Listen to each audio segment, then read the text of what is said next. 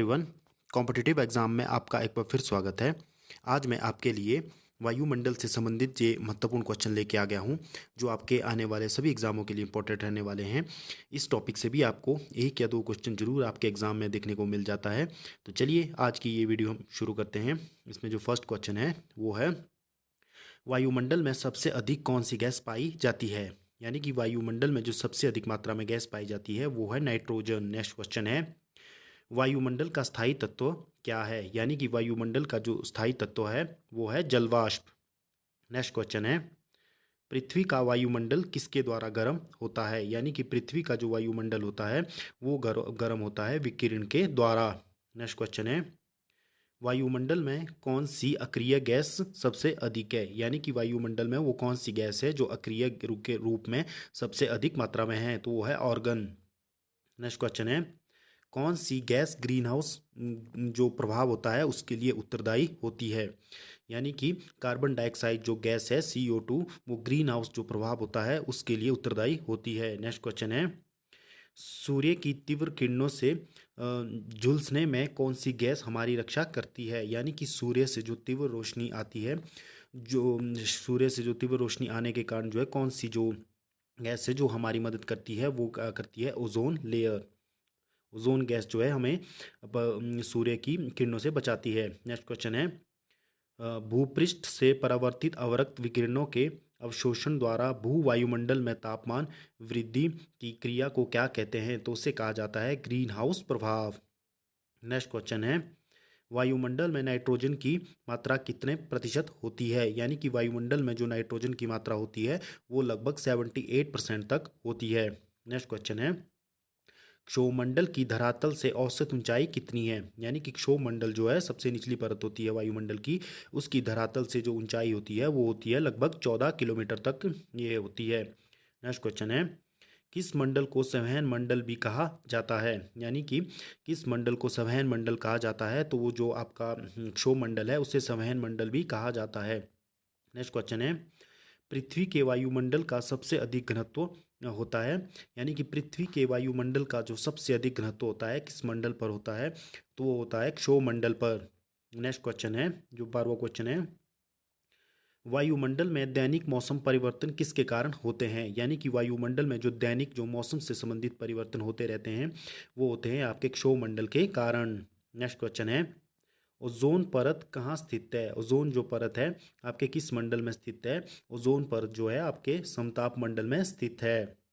Next question है, समताप मंडल में ओजोन परत का क्या कार्य है? यानी कि समताप जो मंडल होता है उसमें ओजोन परत का क्या कार्य रहता है? तो वो रहता है यानी कि भूतल पर जो पराबैंगनी किरणें सूर्य से आती हैं उन विकिरणों को ये कम कर देता है या उनको रोकता है।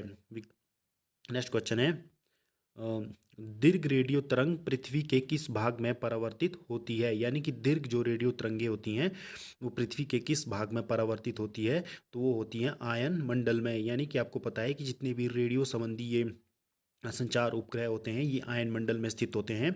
आपके जितने भी उपग्रह यहाँ से भेजे जाते हैं उनको आयन मंडल में स्थित किया जाता है।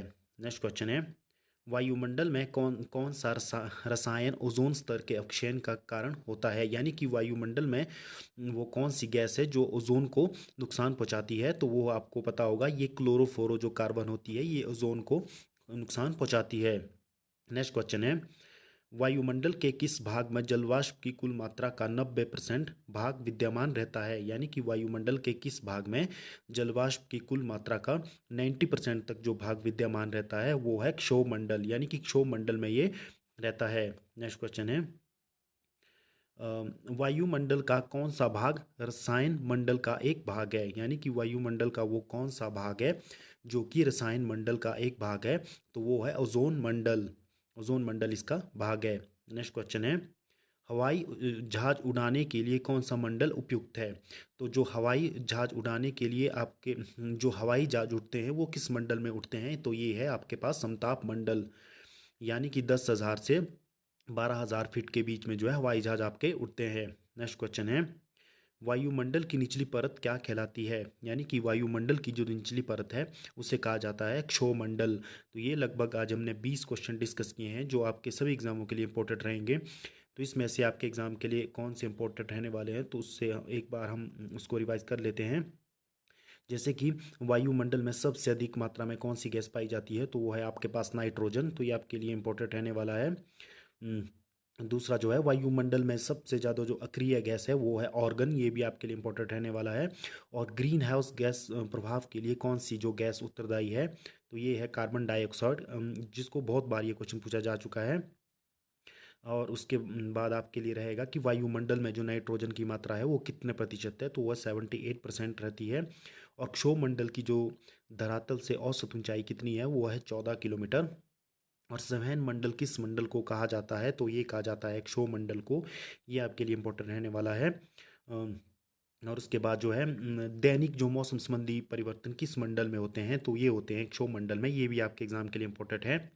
और जो है ओजोन परत कहाँ स्थित होती है, किस मंडल में होती है, तो ये होती है समताप मंडल में, तो ये भी आपके एग्जाम के लिए इंपॉर्टेंट है। और दीर्घ रेडियो तरंगे जो आपके पास सैटेलाइट्स वगैरह जो स्थित होते हैं वो किस मंडल में रहते हैं, वो आयन मंडल में रहते हैं, तो ये भी आपके एग्जाम के लिए इंपॉर्टेंट है। और ओजोन को जो का क्षय करने वाली जो है कौन सी जो गैस है, वो है क्लोरोफ्लोरोकार्बन, जो ओजोन परत को नुकसान पहुंचाती है। और जो नेक्स्ट क्वेश्चन आपके लिए इंपॉर्टेंट रहने वाला है, तो वो है हवाई जहाज जो है कौन से मंडल में उड़ते हैं, वो है समताप मंडल में, जो कि 10 से 12 हज़ार फीट की हाइट पर उड़ते हैं, तो ये आपके लिए इंपॉर्टेंट रहने वाले हैं। अगर आज की ये वीडियो आपको अच्छी लगी हो तो आप इस वीडियो को लाइक कर सकते हो, शेयर कर सकते हो, और हमारे इस कॉम्पिटिटिव एग्ज़ाम चैनल को जो है सब्सक्राइब कर सकते हो, और बेल आइकन पर दबाकर आप लेटेस्ट नोटिफिकेशनों के लिए आपको मिलती रहे, तो उसे बेल आइकन भी आप दबा सकते हो। तो थैंक यू, अगर आपको ये वीडियो लगी हो तो धन्यवाद, और इसी तरह हमारे इस चैनल से जुड़े रहें, और हम आपको डेली इस प्रकार के जीके के क्वेश्चन लेके आते रहते हैं। धन्यवाद।